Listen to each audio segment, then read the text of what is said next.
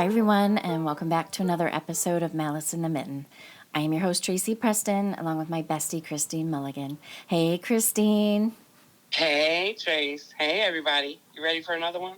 We're so ready. All right, so let's get into it. This is Season 2, Episode 14, Tara Grant. Tara was born in 1972.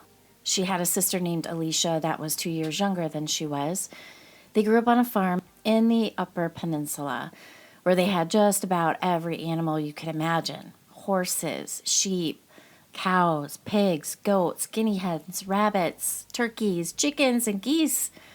They also loved to make maple syrup. Both Tara and Alicia were no strangers to hard work, especially with all those animals. There were plenty of chores to be done. Tara attended Michigan State University and graduated with a bachelor's degree in business. Tara had met her husband Stephen at MSU. He aspired to become a politician. After college, Tara and Stephen were married, and by 2007, they were living in an upscale neighborhood northeast of Detroit. They had 2 children, a daughter who was 6, and a son who was 4 years old. Tara landed an amazing job with Washington Group International, which provides engineering, construction, and management services to businesses and governments around the world. In the 10 years Tara was employed, she successfully climbed the corporate ladder and now held a senior management position, pulling in a 6-figure income. The entire 10 years she was there, she never missed a single day of work.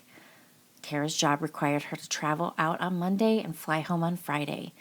And at this point in time, her work took her to Puerto Rico.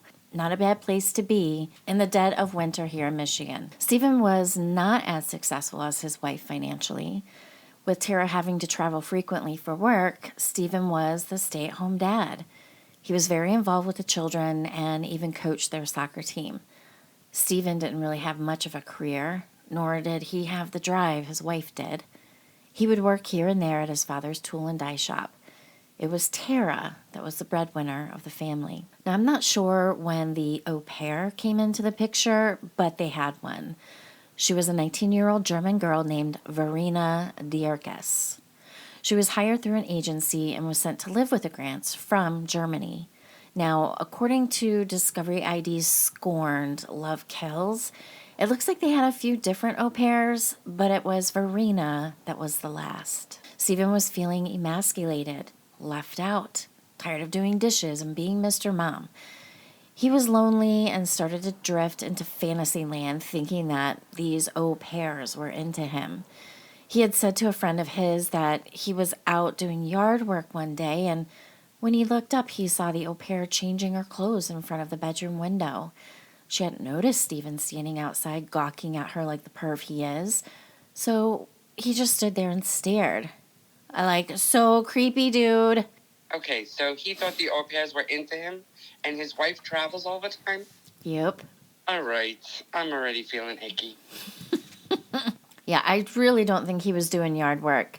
I'm thinking he was sneaking around, looking in the window with probably a rake in his hand, pretending like, oh, if I get caught, I'm just really doing, raking some leaves or doing some yard work. Lies. So he was peeping Tomming. He was peeping Tomming on his own house, on his own au pair. Yeah, that's what I'm saying. Is what you're saying to me? Yeah, he's a total creepoid. Oh no! Oh goodness! I know. Oh, well, guess and what? The neighbors were the ones that seen him peeping in his own windows? No. He was just bragging that, Oh my God, he was telling people this? Yeah, man. Oh my God. He's gross. Okay. He's gross. He's so gross.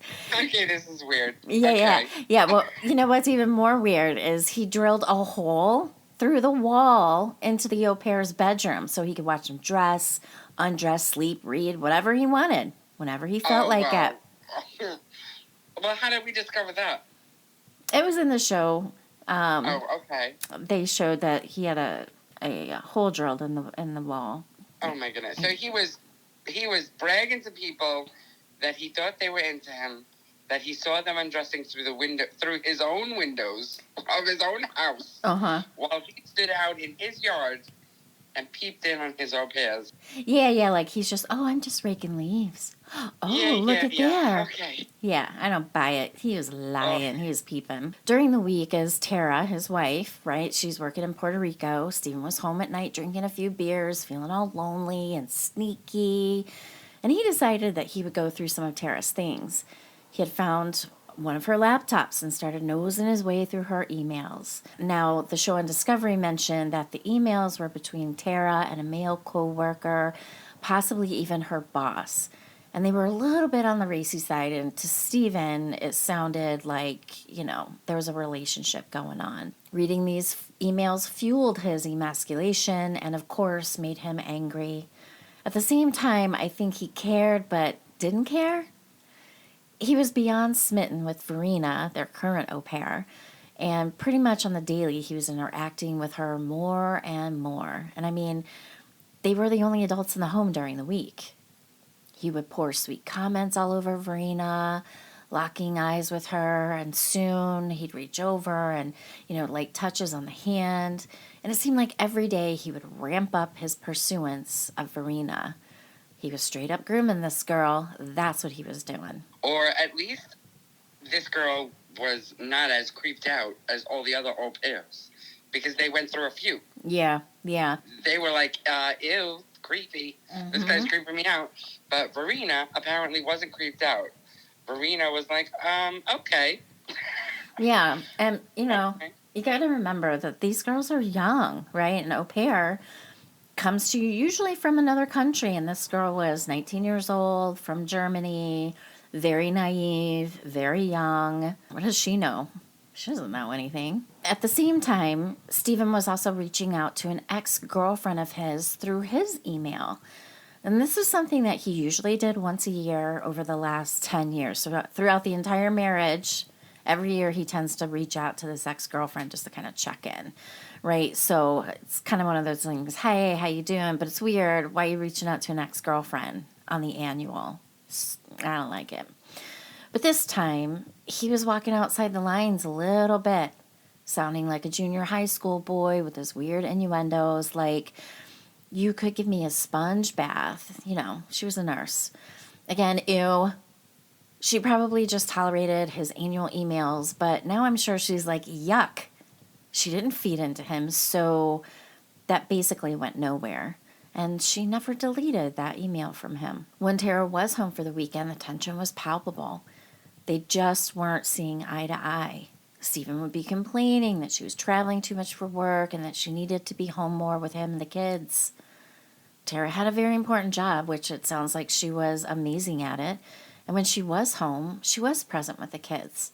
But with Stephen, things were shifting. On another week while Tara was away, Verena and Stephen were sitting on the couch watching a movie together while the kids were sleeping. Stephen started to become more physically assertive with Verena. He'd reach out, touch her foot gently, pull it to his lap, and gently started to rub her feet. Did I say grooming? Yeah, you say grooming. Now we're just getting to the literal part of grooming. Yeah, yep. So he started confiding in Verena and showing her the emails that he had found between Tara and her coworker, playing the victim, playing the hurt husband. No, sir. Again, you're grooming. Pulling this young girl into your bullshit, working on her emotions to get her to feel bad for you. Well, it was working. She began to let her guard down, and before long, she was falling for him. It wasn't long before Stephen and Verena were kissing and ended up in the marital bed where Stephen performed cunnilingus on Verena. After the tryst, she had left the room, and I'm sure it was crazy weird for her. I mean, she's only freaking 19. He's in his mid-30s. She's living in their house. She's here from Germany, and what a crazy situation he put this girl in. Okay, well, I know you know the rest of the story. So I feel like you're injecting a little bit of that fervor into their little tryst. But she's 19. Yes, that's young, but it's she's an adult. And he's in his mid-30s. So, I just want to put it out there for the listener that it doesn't sound super icky, yicky. It's not a case of pedophilia. She is an adult, and it is an age gap, nearly 20 years between them, and it's not necessarily ew until it's ew. But because she is naive and from Germany, so yes, I get you that he's grooming her, but she is an adult, so she is making these choices. And hey, cunnilingus it's not a bad thing. It's true. I just think he's disgusting. He's disgusting. Now, it was either later that night or another night when Stephen called for Verena to come to his bedroom. He was standing there, only wearing pajama bottoms, but dropped them to the floor according to Verena's testimony and basically said, "You've seen it all now. We might as well have sex." Verena did an about face, but it wasn't long before she came back. And Stephen had his conquest, and I'm sure he felt like he was on top of the world. But the end of the week was approaching, and soon Tara would be home. Friday, February 9th, had arrived. Stephen was home this day, and Verena basically had the day off. She was having a meetup with some other au pairs that lived in the area and didn't really say when she'd be back. Now, I'm not sure if Stephen also wanted her out of the house when Tara came home that night. The more I think about it, the more I think he had a plan. While Tara was waiting at the airport to go home, Tara had been talking to her sister, Alicia, and she was her usual upbeat self. During the conversation, Tara had mentioned that she would be home for the weekend but would be flying back to Puerto Rico Monday morning. Tara arrived home sometime Friday night. The kids were already in bed. Tara and Stephen were bickering in their bedroom, which was pretty much par for the course lately. Tara was unpacking from her business trip, and while unpacking, she had told him that she had to head back to Puerto Rico on Sunday instead of Monday. And this teed Stephen off, and their conversation became a yelling match. Tara turned to walk away, but Stephen grabbed her wrist to keep her from walking away. She quickly turned and slapped him in the face. Then, bam! Stephen hit her right back and knocked her to the floor. She said, "That's it. I'm leaving you." She packed her bag, called her car service, and left. Is this the first knockdown, drag out, literally? Mm-hmm. We hear about them, or is there more to come how they were physically fighting? Yeah, there's more to come. Okay. But we're not going to touch that just yet. So Stephen couldn't believe what had just happened. He put on a shirt and he was walking out of his bedroom when Verena walked in the house. Stephen came out yelling, quote, "What the fuck are you doing back already?" He began to tell Verena that he and Tara had gotten into a fight. So he thought that was Tara coming back in the house, but it was really Verena. So he began to tell her that, they got into a fight because she said she had to turn around and go back to Puerto Rico, that she packed her suitcase and she called the car service and just left. Well, Verena felt really bad for him, and the two of them spent the night cuddling and hugging. This went on for days. And it wasn't until 5 days later, which was Valentine's Day, that Stephen reported his wife Tara missing to the police. Stephen called Tara's sister Alicia and told her what had happened, but that he was getting worried because he hadn't heard from her. He said, quote, "She's probably shacked up somewhere in a hotel around the corner with some guy." And Alicia said, quote, "Stephen, she could be somewhere in the slums of Detroit and in serious trouble. She could be dead." Alicia just didn't trust Stephen at all and felt that something was off. Tara would never have walked out and left her children. It's now February 17th, and Alicia and her husband arrived in Michigan from Ohio to talk to police and pay a visit to Stephen. When they arrived at the home, Stephen came out to see them, awkwardly hugging Alicia, putting his head on her shoulder and crying. Stephen was making his rounds on the local news stations, pleading for help and oh so tearful. But it wouldn't take long before he started to bad-mouth his missing wife. To one reporter, he said, quote, "A couple of years ago, we did have a problem in our marriage. I don't want to say infidelity, but it was pretty close to infidelity." He made it sound like she was more interested in her career than her family. With all the interviews he was giving, the community was starting to feel that something was off. Remember the old girlfriend I mentioned earlier in the show, what Stephen sent her emails to, where he was saying that, you could really use a sponge bath? Well, that ex-girlfriend rose to the surface with those emails. It was just 2 weeks prior to Tara's, quote, disappearance, that he sent those to her. One of them also said, quote, "I'm still in need of some excitement in my day, wink, wink. I just think of marriage vows are like speed limits. Sometimes you have to break them." Alrighty then. It's starting to shape out that a couple of people had his creepy tentacles on them. Yep. Everybody's getting okay, did she really disappear? Like, that's the vibe that's happening. Mm-hmm. Yeah, they're starting to be like, yeah, huh, weird. We're going to watch ya. We're going to keep our eyes on you. Now, while all this is going on, of course, Verena remained in the home with Stephen and the 2 kids.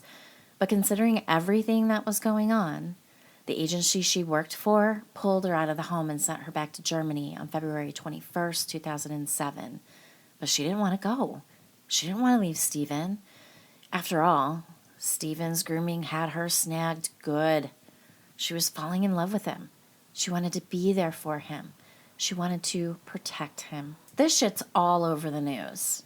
All over the news. He is talking to anyone and everyone. He's on all the news shows, pleading, crying. You know, like he started off, oh, the so teary, upset, worried husband. And then he's starting to get kind of like, you know, because think about it. He's totally emasculated. His wife is the power breadwinner, you know, has this big, highfalutin job. He's working at his dad's tool and die shop, like Mr. Mom. And now all of a sudden he's in the spotlight. The sheriffs began surveillancing Stephen, watching his every move on the daily. They would watch Stephen every morning, and he would go to the local convenience store and buy the newspaper.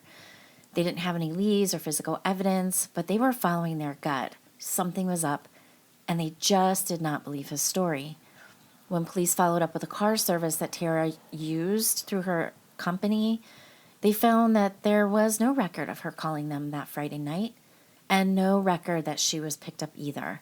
There was not any activity on her phone, and no activity on her credit cards.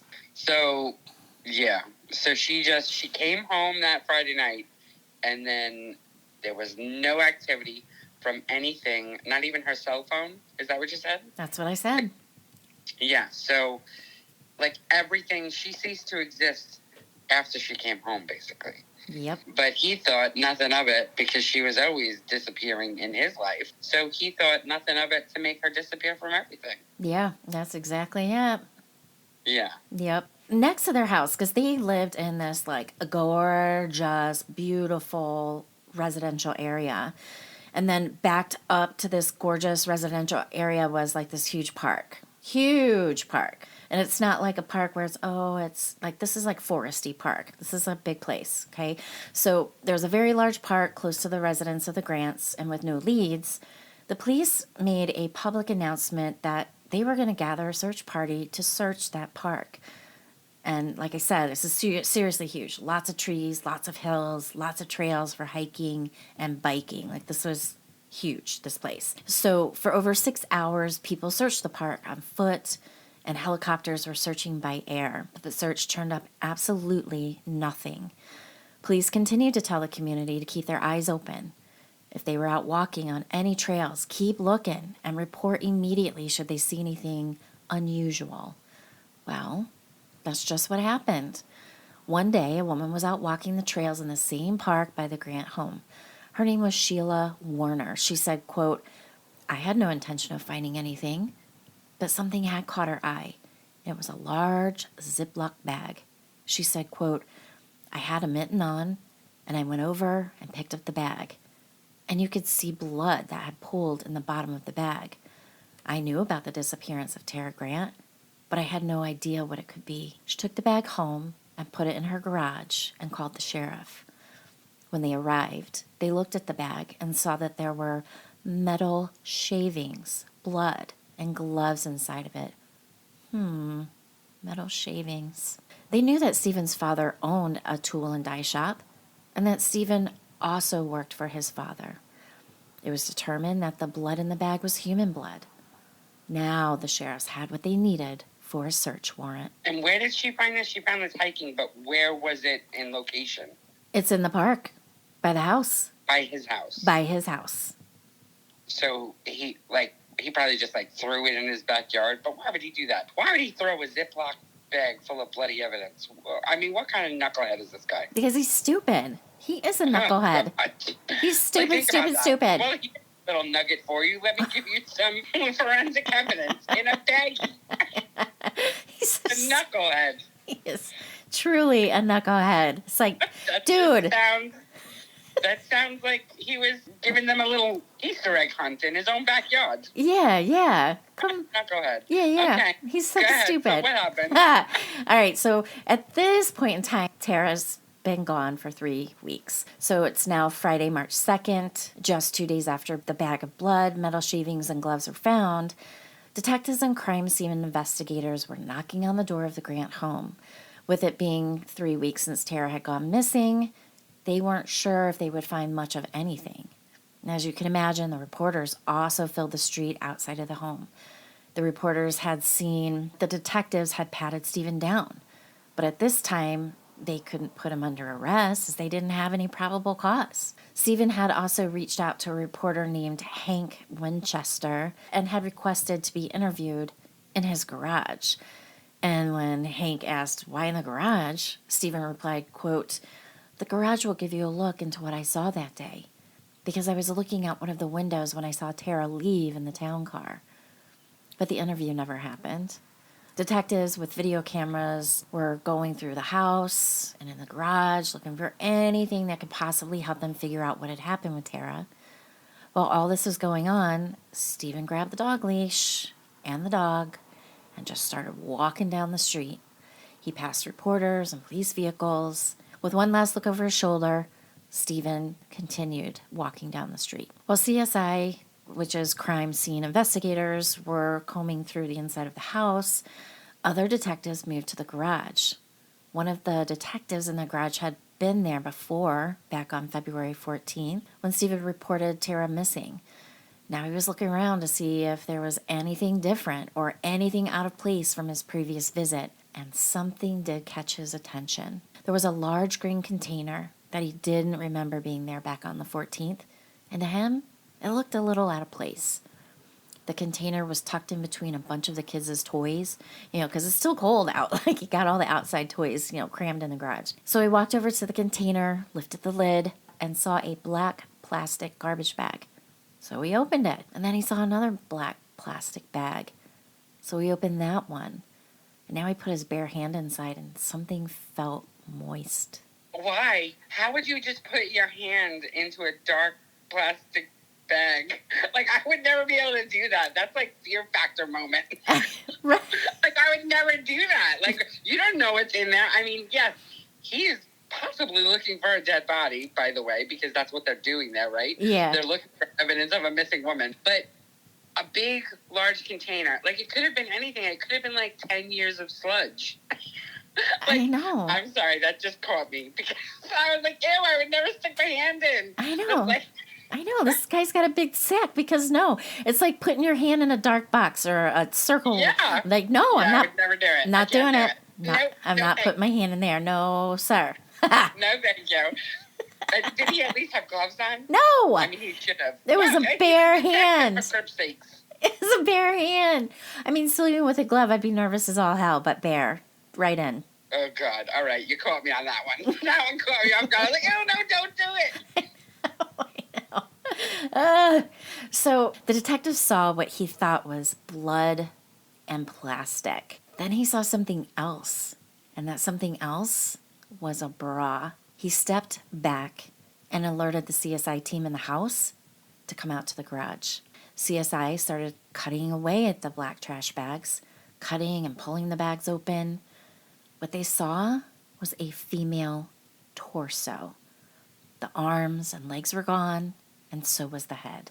Oh, jeez. At this point, the detectives quickly started looking for Stephen, but he was nowhere to be seen, and a manhunt was now in full swing. Girl. He took the dog with him. Where was the dog? Did anybody find the dog?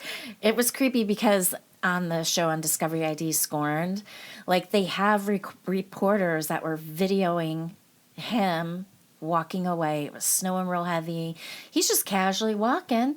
And they did one big quick turnaround and kind of looked at everybody. He's probably thinking, oh my God, I can't believe, like, A, he knows he's busted, but B, he can't believe they didn't detain him. Like, why in the hell didn't they make him sit in a car while they went through the house?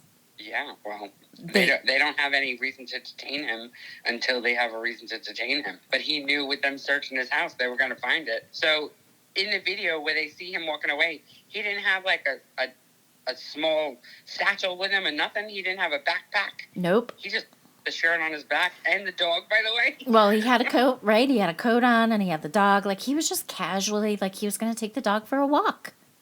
Oh, my goodness. Yeah. Okay. Yeah, it's crazy.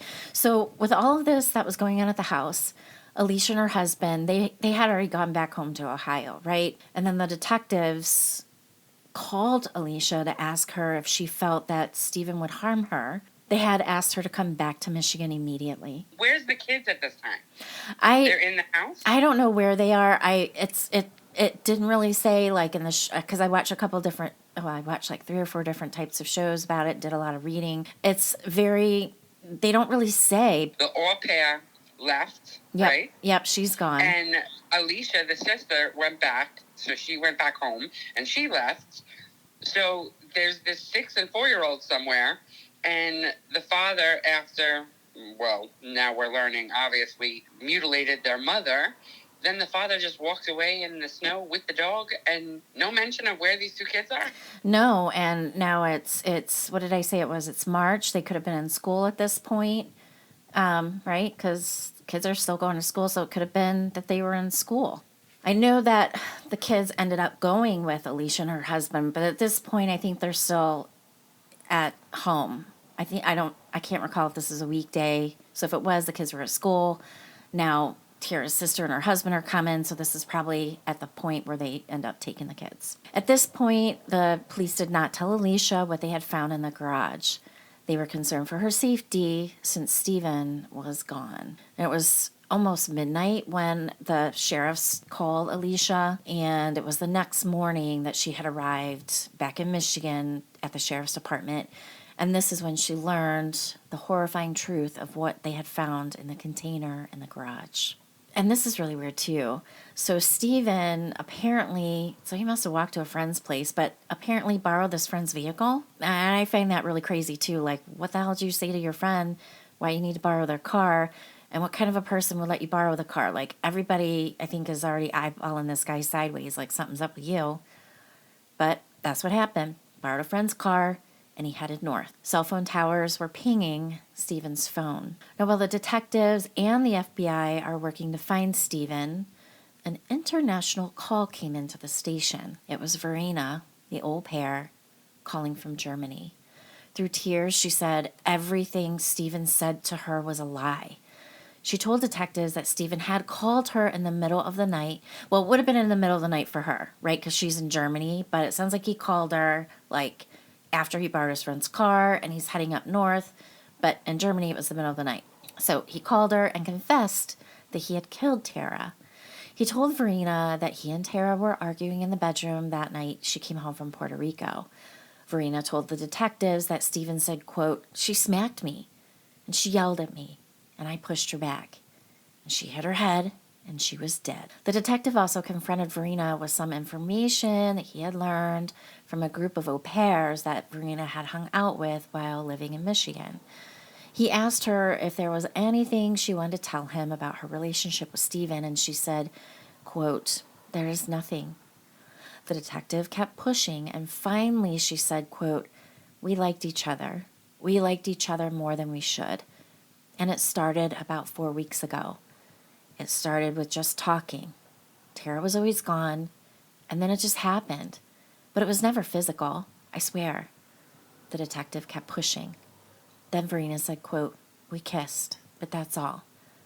After more pushing, she said that, quote, "We had oral sex, but it was just one time. And it was before all that happened with Tara. It was February 9th. When asked if this was mutual oral sex, Verena said it was just him. Verena also told detectives that Grant's call came in to her with a 989 area code, which was in northern Michigan. She felt certain that he was going to kill himself. Not only did he call Verena while he was driving north, But he also called his sister and told her that he was going to a cabin and he intended to kill himself. Stephen's sister said that he told her that he was going to Waugoshant's state cabins in Wilderness State Park in northern Michigan. And this is a place that he and Tara had camped at before. From here, from this park, you actually have a direct view of the Straits of Mackinac, which a lot of people call Mackinac, but it's Mackinac. In the car with him, Stephen had alcohol, pills, razor blades, and a toy gun that he had just purchased. He made 2 calls, one to Verena and one to his sister, and had also written 2 notes, one to each of his children. He knew his time was up and that his goose was cooked. Now that they knew where Stephen was headed, the sheriffs and the FBI headed north. They located the abandoned yellow vehicle he was driving and saw footprints in the snow. As they followed his tracks, they found him sitting in the snow against a tree, exhausted and hypothermic. He was just sitting there in his shirt, jeans, and socks. He was hallucinating and talking to trees. So I just want to back up to hypothermia, right? So when he left, he had a leather jacket on, he had shoes, this and that. But when people get hypothermic, they almost have the reverse effect. They start stripping off their clothes, which I find really interesting. Yeah, it almost actually starts making them feel hot. Like, have you ever gotten really cold, your hands, and they feel like they're burning? Mm-hmm. Because they're so cold. So that's actually what happens. It is interesting. Yeah, really. It's like any other feedback loop. Whenever there's a kink in the feedback loop, then it just goes all the other way. You know what I mean? Yeah, yeah. Yeah, it is interesting, but yeah. Yeah, so soon Stephen was airlifted to the hospital. When the detectives arrived at the hospital, he was immediately placed under arrest for the murder of his wife, Tara. Stephen had plenty to say, as usual. Stephen always had to have the last word. What he had to say was recorded by the detectives. And here we go. We're going to get pretty nitty-gritty. Quote, "It's 7:45 p.m., Northern Michigan Hospital. Interview with Stephen Grant.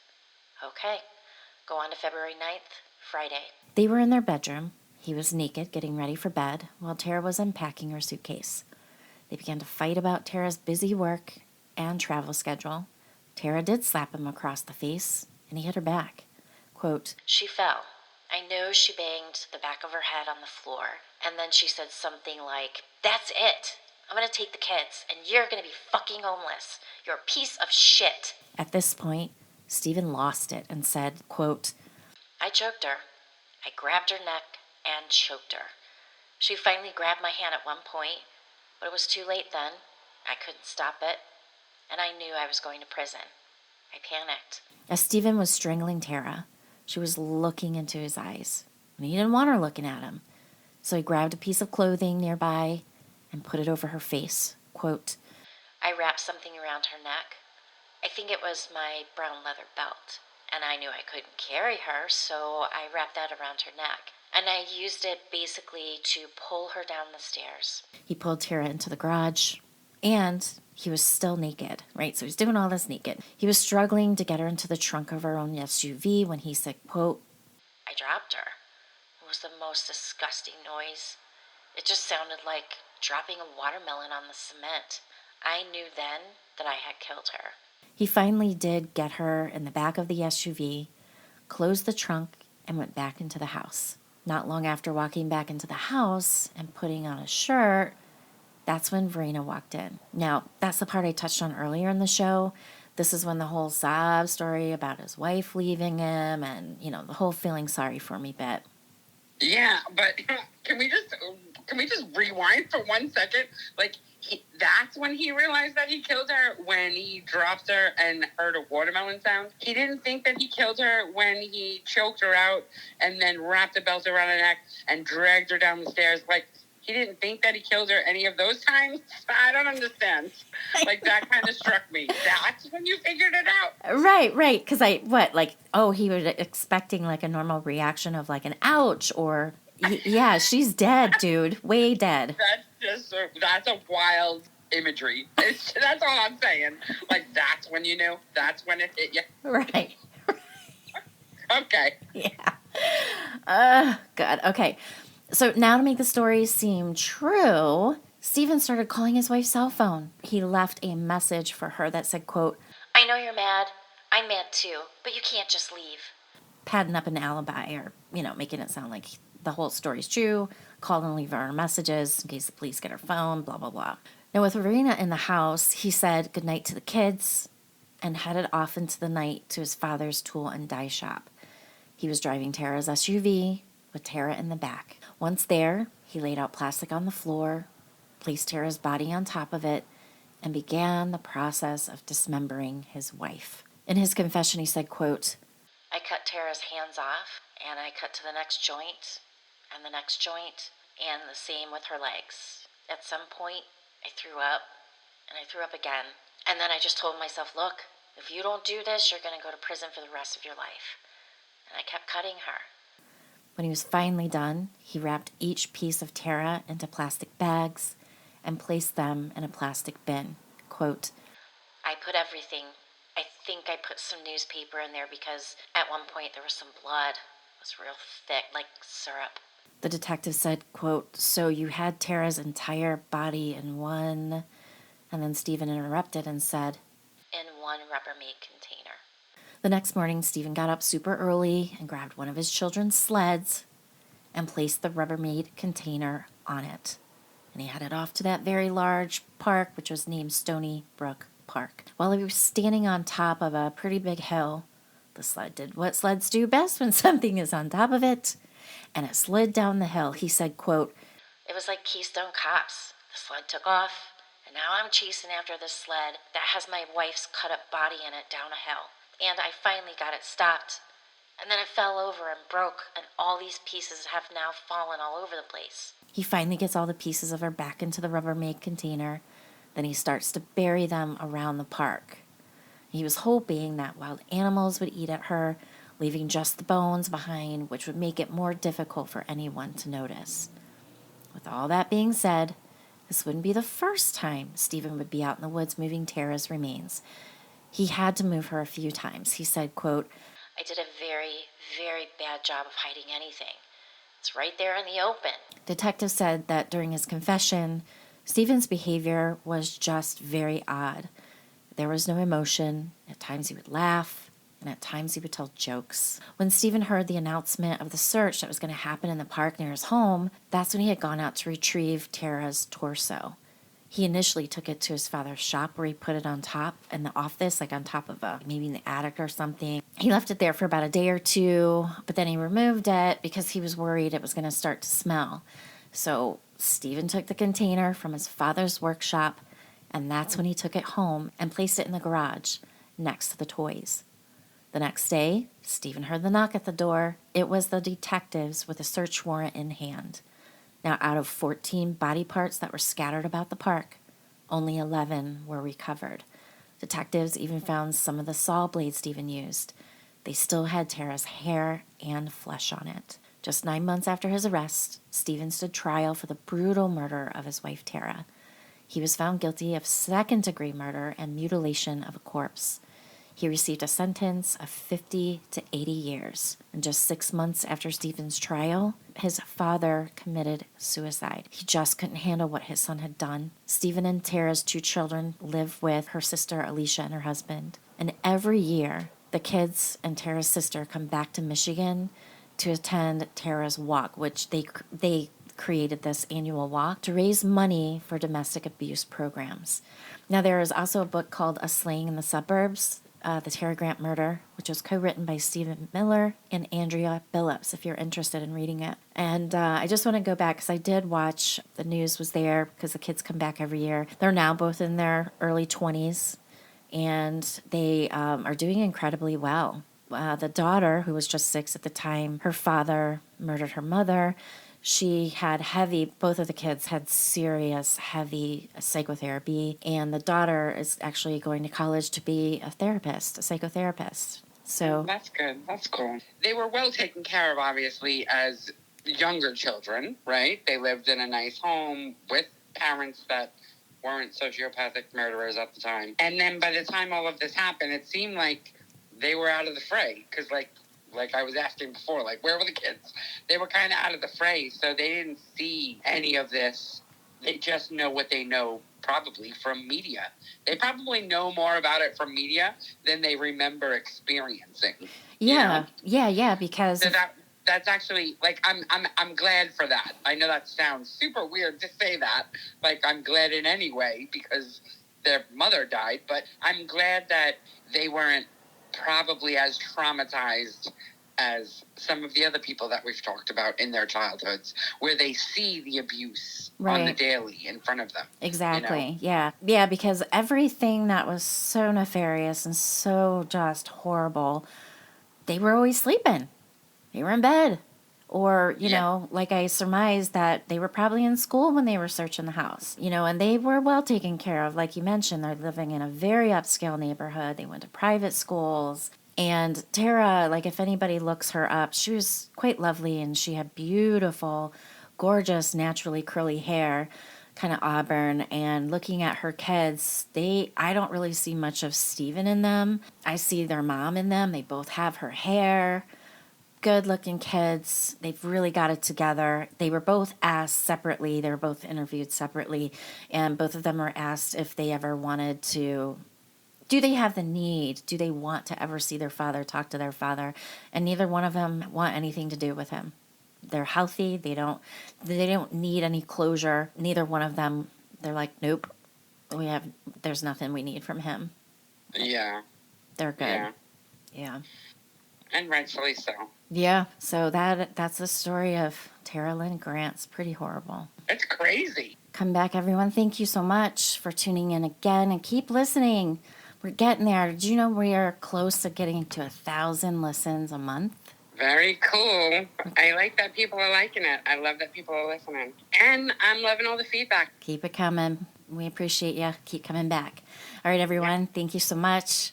Have a great week. And we will see you again on Wednesday for Round Robin. Bye. Bye.